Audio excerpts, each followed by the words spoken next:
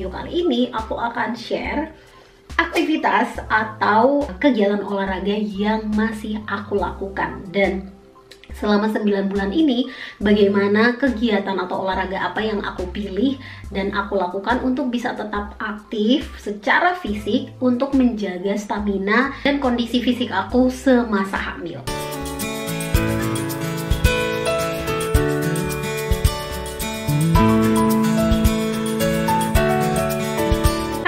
Di video kali ini aku mau share nih personal experience-nya aku selama 9 bulan kehamilan, dan saat ini aku udah masuk ke usia kehamilan 9 bulan. Dan di video kali ini aku akan share aktivitas atau kegiatan olahraga yang masih aku lakukan, dan selama 9 bulan ini bagaimana kegiatan atau olahraga apa yang aku pilih dan aku lakukan untuk bisa tetap aktif secara fisik untuk menjaga stamina dan kondisi fisik aku semasa hamil. Nah, dengan sharing pengalaman ini aku berharap kamu moms bisa menyesuaikan dan mendengarkan kondisi tubuh kamu, bisa mengambil hal baik dari pengalaman aku, karena setiap kondisi tubuh kita berbeda-beda. Jadi selalu sesuaikan dengan kondisi tubuhmu, dan kamu juga boleh konsultasi ke dokter atau provider kamu, termasuk ke coach atau trainernya kamu jika kamu selama ini aktif berolahraga atau mungkin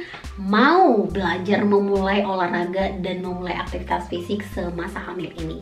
Nah, seperti yang udah sering aku bahas bahwa dengan berolahraga aktif secara fisik di masa hamil kita akan memberikan banyak manfaat, termasuk membantu mood kita lebih positif, lebih punya energi, dan sepanjang masa kehamilan kita bisa punya kondisi yang lebih fit dan tentunya mempersiapkan tubuh kita untuk masa persalinan. Jadi alasan inilah yang membuat aku tetap menjaga healthy lifestyle-nya aku, termasuk rutin berolahraga dan tetap aktif sehari-harinya.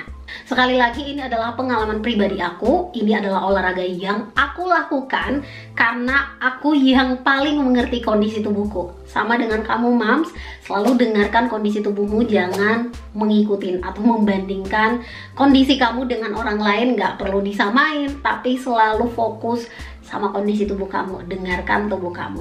Nah, olahraga yang aku lakukan yang pertama yaitu HIIT atau High Intensity Workout. Jadi olahraga ini cukup intens dan membuat detak jantung kita lebih cepat, jadi lebih cepat keringatan dan bisa dibilang ngos-ngosan. Tapi aku lakukan ini hanya di semester awal dan masuk semester kedua, karena begitu masuk semester kedua aku udah ngerasa beban di perut udah makin besar, terus gak baik banget kalau sampai kita harus lakukan olahraga yang terlalu intens berlebihan. Jadi di semester kedua, HIIT yang lebih intens ini aku turunin pelan-pelan, lebih rendah intensitas latihannya. Dan olahraga ini tetap aku lakukan karena memang sebelum hamil aku sudah aktif juga melakukan olahraga HIIT.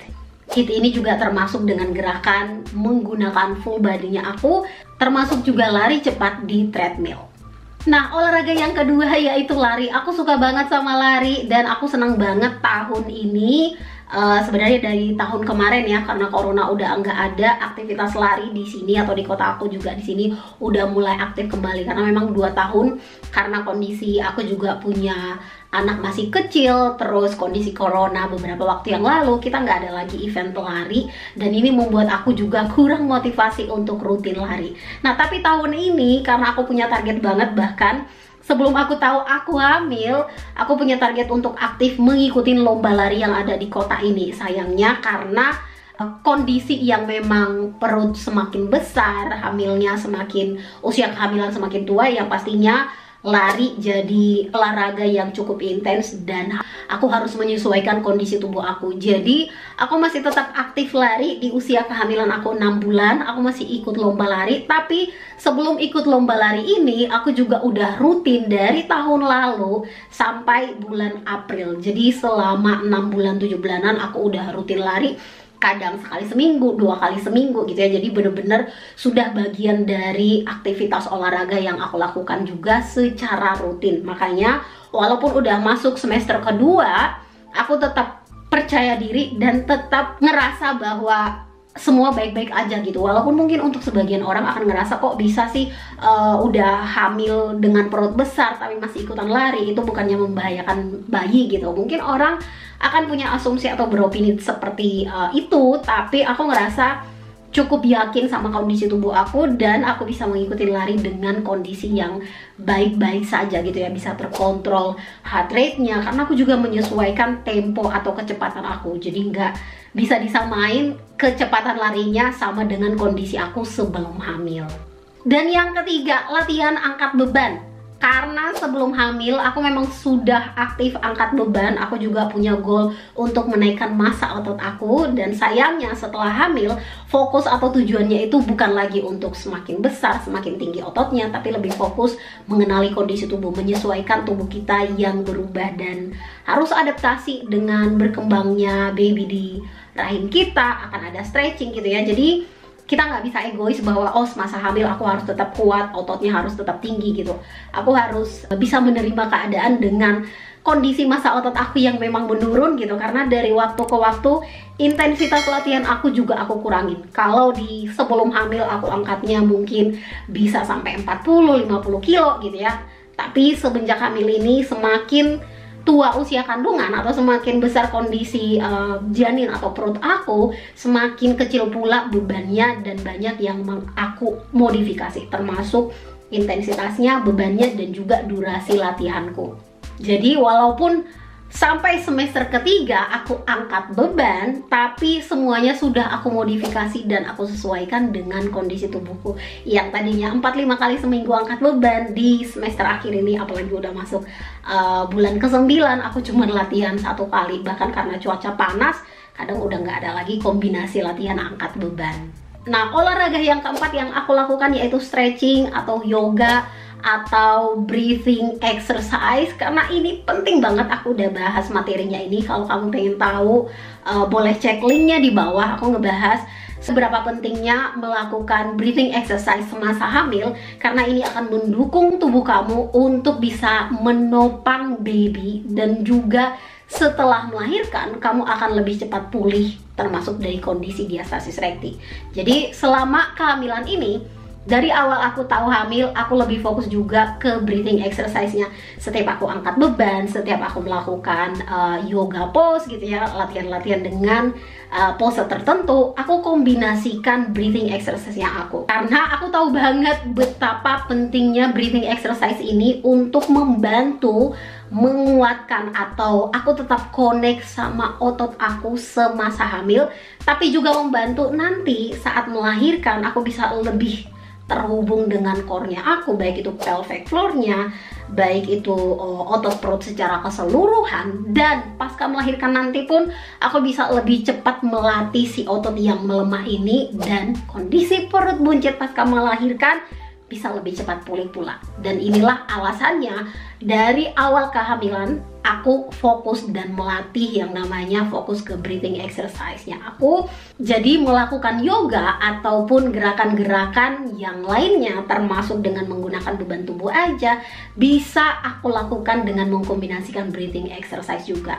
Nah, kalau kamu ingin tahu bagaimana sih latihan atau breathing exercise yang tepat yang bisa kamu lakukan semasa hamil, boleh cek linknya di bawah. Kamu boleh bergabung di program kelas pregnancy, karena di program ini latihan-latihan tersebut juga yang aku lakukan semasa hamil. Yang kelima yaitu jalan kaki, latihan yang paling rutin aku lakukan baik sebelum hamil dan sepanjang kehamilan aku juga. Bahkan sekarang udah memasukin usia kehamilan 9 bulan, jalan kaki paling sering aku lakukan atau lebih banyak aku lakukan jalan kakinya dibanding olahraga lainnya. Karena apa? Semakin besar kondisi perutku, semakin gak nyaman untuk melakukan gerakan yang lainnya. Pastinya harus lebih nyaman juga dan mengenali keadaan tubuh kita.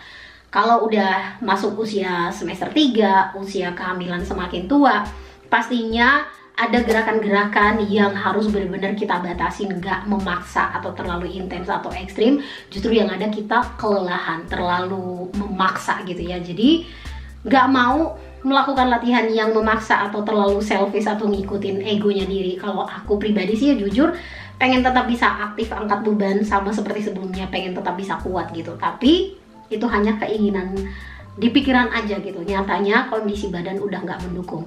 Makanya yang tadinya kalau di awal semester pertama aku masih bisa angkat beban 4-5 kali seminggu, kalau sekarang bisa sekali, dan bahkan bisa nggak ada angkat beban sama sekali karena cuaca yang panas dan membuat aku nggak nyaman untuk latihan angkat beban, dan yang ada ngos-ngosan.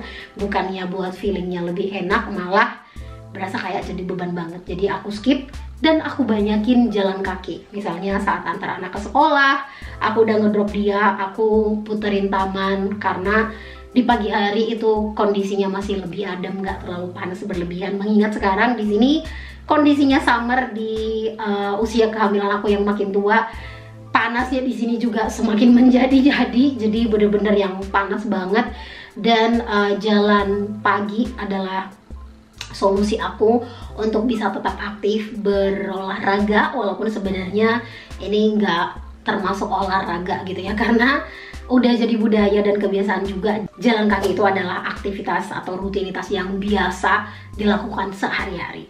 Dan yang terakhir, yang keenam, yaitu naik sepeda. Jadi ini juga bukan aktivitas fisik atau olahraga yang aku tambah, yang aku lakukan gitu ya, tapi memang sudah jadi rutinitas atau budaya atau culture juga di sini. Naik sepeda adalah culture-nya kita di sini. Jadi kemana-mana itu lebih banyak aktivitasnya naik sepeda atau jalan kaki gitu ya. Kalau memang masih terjangkau dan kondisi tubuh aku masih mendukung, aku bakalan jalan kaki. Misalnya nih, karena kondisi summer, aku main sama anak ke taman, kita sepedaan ke taman, aku antar jemput dia ke sekolah, aku sepedaan. Jadi di samping aktivitas jalan kaki tadi, aku juga masih tetap aktif bersepeda, termasuk di usia kehamilan yang sudah jalan 9 bulan. Kehamilan 9 bulan ini benar-benar lebih lambat dan aku sesuaikan gitu ya. Kalau yang sebelumnya sepedanya itu ngegoeknya itu benar-benar bebas aja, leluasa gitu. Kalau sekarang memang udah terbatas karena kondisi fisiknya, perut yang memang udah besar banget.